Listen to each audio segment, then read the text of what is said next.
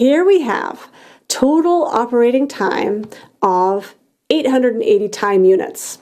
So I'm just using time units here, and this is your overall total available time. However, we have some planned non-production time. Maybe it's the weekend and we don't want to do any production. And also some unscheduled time. So here we're showing that we've decided maybe there's no demand. We don't want to produce for those 80 time units. So we have no production planned in this time. Giving us an overall scheduled planned production for our factory of 680 time units. So here we can consider this maybe like a buffer, a short-term buffer capacity, for example. So we've deliberately made that decision that we're not going to run all 880 time units, but we're only going to run 680. Now, so here we are with our scheduled runtime. We have, however, some breakdowns.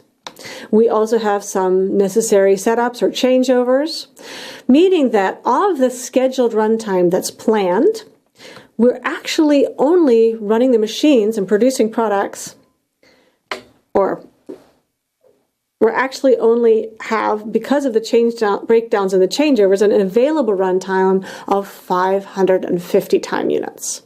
And then on top of that, we may have reduced throughputs due to minor stoppages or the fact that our machines are not running as fast as they could, meaning that the time that we're actually using to produce parts is only 490 time units. And of that 490 time units, we have some batches that are out of spec. So our effective production time, or again, the time that's used to produce quality products, is 440 time units compared to the 490 that we had where we were actually producing all of our products. So a couple more things to note here is that we already are reducing our total available runtime by 23%. We've actually decided we're not going to run for all of that, so we actually have a 23% buffer. Again, not really a problem, but if you look at that overall, this means of our quality parts that come out, the effective production time is actually only 50% of the total available time that the factory could be running. However, if we be a little more fair, we only scheduled 680 minutes, and that there is a 35% then. Our effective production time is a 35% drop compared to our scheduled runtime. Now, let's look at calculating the availability rate, the performance rate, and the quality rate, and calculate the OEE for this example. Starting with the availability rate, we said this was the available production time over the scheduled time. So here we see that the scheduled time was 680 minutes, and after any breakdowns and changeovers, the actual available time to produce was only 550.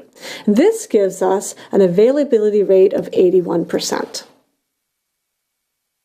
If we move on to the performance rate, this is the actually used runtime, so the time that we produce without any minor stoppages or machines running slower over the available runtime, where we don't have any, the time that we know we should be running without any breakdowns or changeovers. And here we see a performance rate of 89%.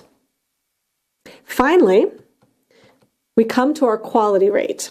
And here we see that the effective production time over the used production time is giving us a rate of 90%. And so again, this is equivalent to the effective time is the good parts, and the time that we use to produce parts means the total parts. And this is 90%. So looking at these all together, we have availability rate of 81%, performance rate of 89%, and quality rate of 90%. Again, we had no production scheduled here for the full 880 minutes. 680 minutes was our scheduled runtime, but we had breakdowns and changeovers, which meant our available runtime was only 550 minutes. And on top of that, we had speed losses or we had minor stoppages, so the time that we actually used for production was only 490 minutes. And then because of defects and bad batches, we actually only had 440 minutes of productive, good quality time. And this gives us an overall equipment effectiveness of 81% times 89% times 90%, giving us a total of 65%. Now, 100% is not really achievable. That would mean perfect production. You're manufacturing only the good parts as fast as your equipment can, no stoppages, no breakdowns, no maintenance, nothing.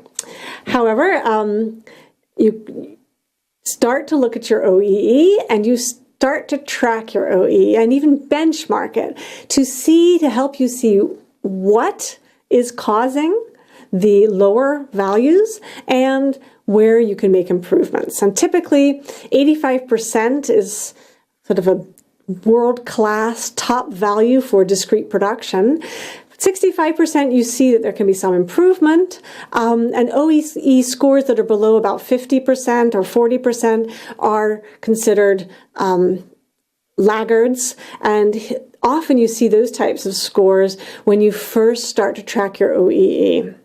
So how can we improve this? How can we work on our 65%?